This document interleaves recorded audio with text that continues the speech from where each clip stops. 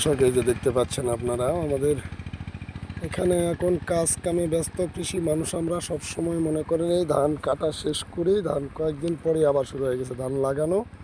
এই যে দেখেন, এগুলো মাটি সব তৈরি হয়ে গেছে। কাজের মানুষ নাই বিধায় এগুলো মাটি এখন পড়ে আছে। দেখেন, দেখানোর চেষ্টা করতেছি আপনাদেরকে। এই যে দেখেন, চারা ভিয়েতানে রাখা হয়েছে, অথচ লোকজন নাই। লোকজন থাকলে হয়তো এগুলো লাগানো হয়ে যেত।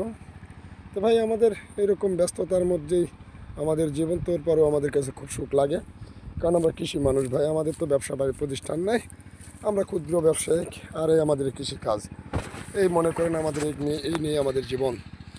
এই জন্যই কবি নজরুল ইসলাম বলে গেছেন, মাঠ ভরা ধান আর জল ভরা ডিগি, চাঁদের কিরণ লেগে করে ঝিকিমিকি।